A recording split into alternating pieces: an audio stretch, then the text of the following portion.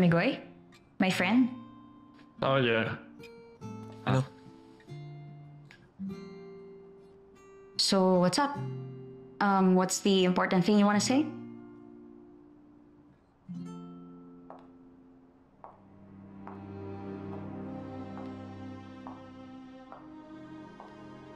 Shari? She has something important to say. Okay.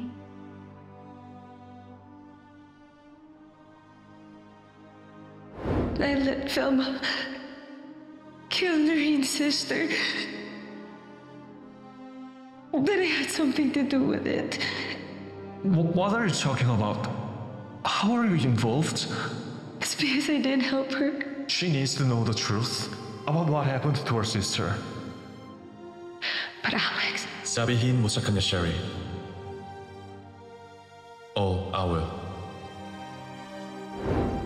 Ano yun? Bakit hindi ka makapagsalita? Tell her, Sherry. You promised me.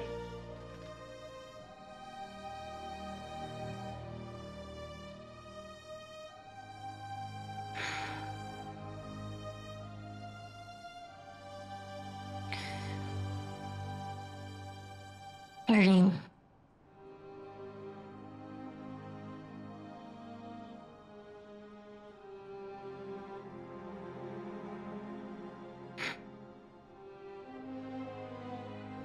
I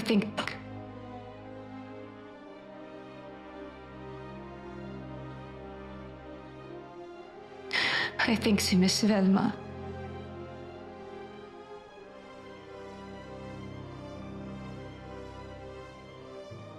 Velma pumatay kay Helena.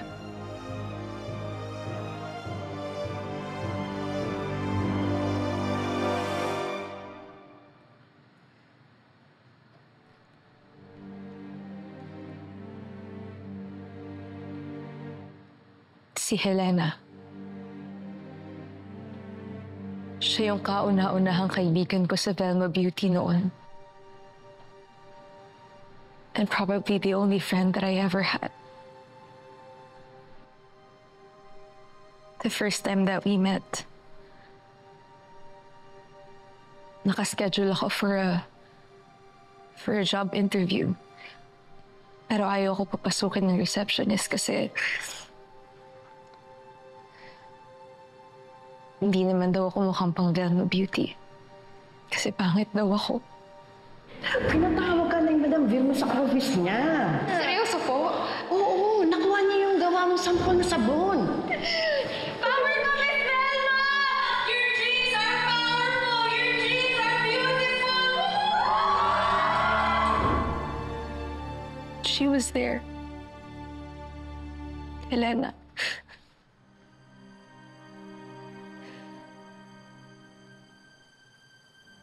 Pinagtanggol niya ako sa receptionist. At simula nung naging magkaibigan na kami, she even took me under her wing. Si Helen na lang yung nag-iisang tao na nag-encourage sa akin na huwag ako give up every single time na papagalitan ako ni Miss Velma. Dahil palpakalagi yung ideas ko. Siya lang yung naniwala sa akin na kaya ko pang mas galingan. Siya lang ang naging mabuti sa akin. Bakit mo siya tinraidor?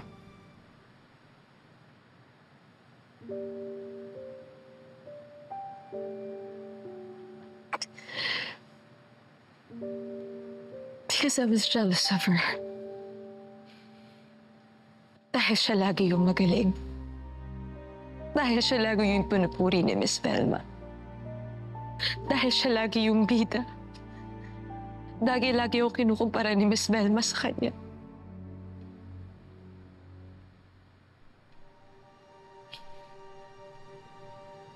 Mabuti naman at inamin mo.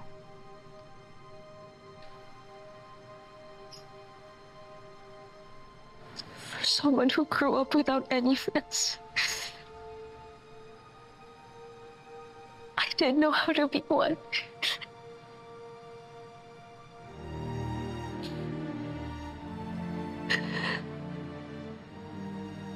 Pero hindi pa rin ako tumigil na maging kaibigan niya.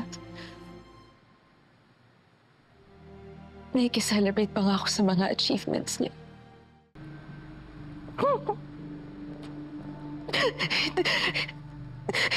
Hindi ko alam kung ano yung dapat kong gawin, pero deep inside na rin alam ko na may masamang nangyari. At wala kang ginawa.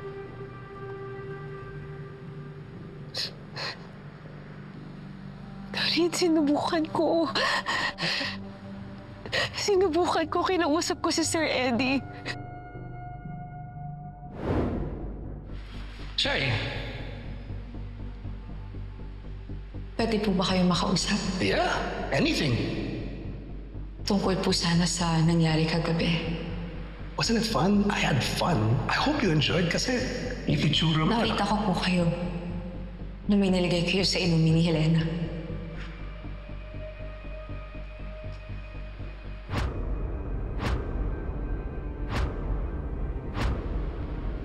At umalis po kayo na parang walang mali si Helena. Stop. Okay, I don't know where you're getting this. Wala akong nilagay na kahit ano sa inumin ni Helena.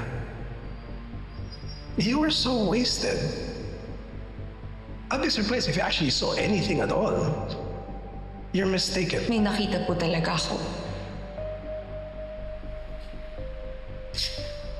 Nakita ko po na bit-bit niyo po si Helena palabas.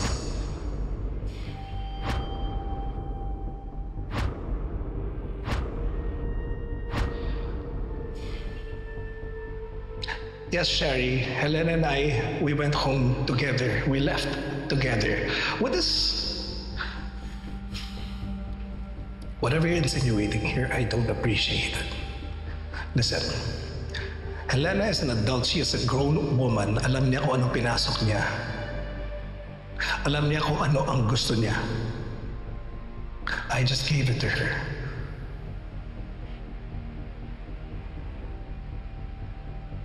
Ginawa niyo po yun behind Miss Velma's back. Helena did what she did to get on my good side. What is this about? Wait a minute. Is that what this is? Are you trying to get to my good side?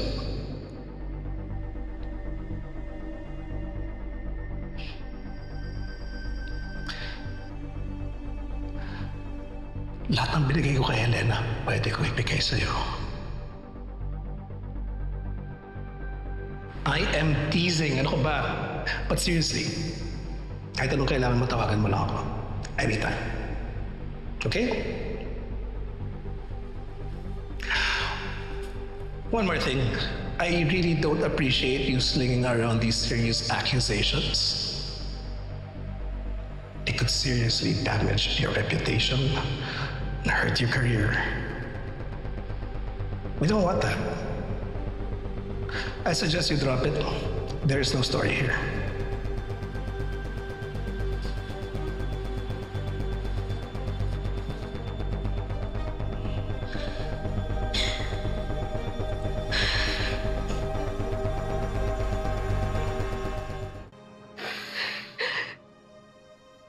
Doreen, alam ko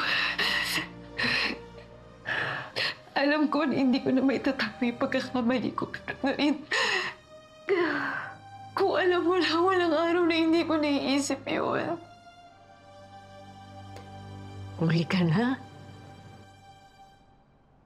Bigyan mo ako ng pagkakataon na itama ko ang lahat. Kahit ano gagawin ko, Doreen. Alam ko hindi ko na mababalik yung ate mo, pero kahit ano, kaya kong gawin. Hindi para patuloy para magbago, hindi ba, Doreen? Gagawin mo lahat.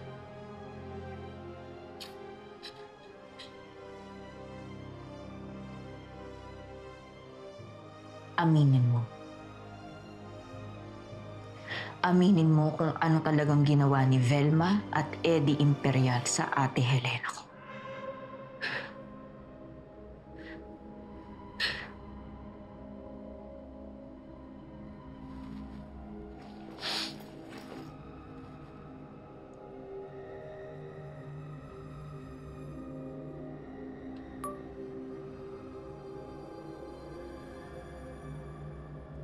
Aminin mo lahat.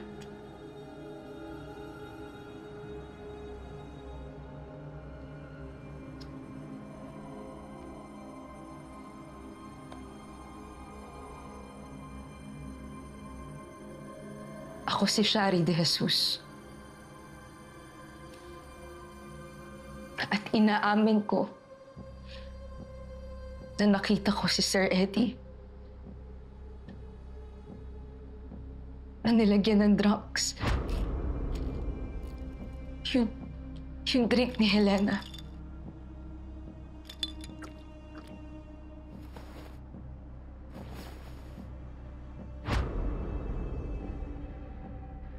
Sinabi din sa akin ni Helena na nirape siya ni Sir Eddie.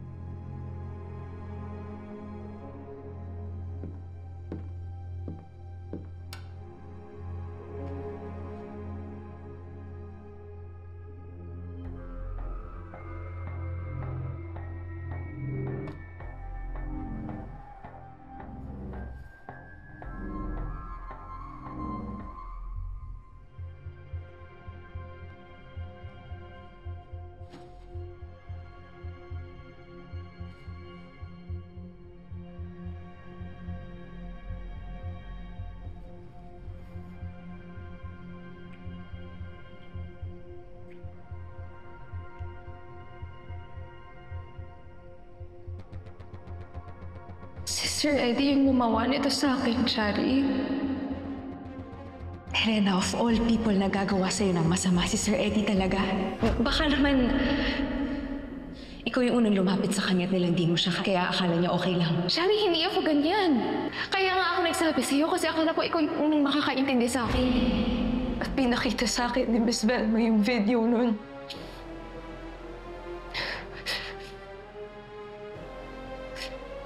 At nakita ko si Miss Velma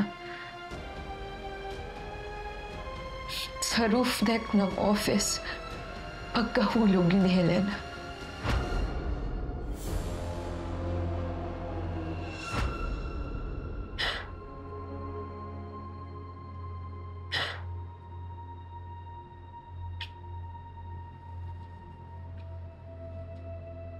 Nakita mo. Nakita mo, pinatay niya yung ate ko.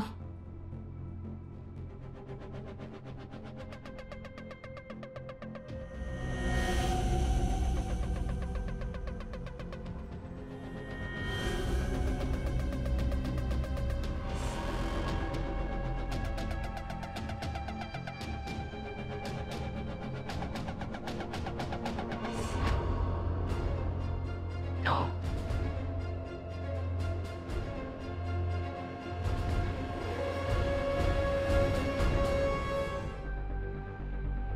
Pero nakita ko lang siya looking over her body.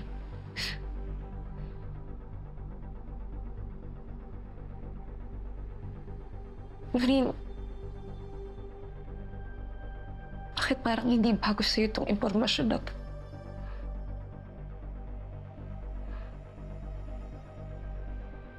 Green, nirape yung ate mo. Pinatay yung ate mo. Alam ko.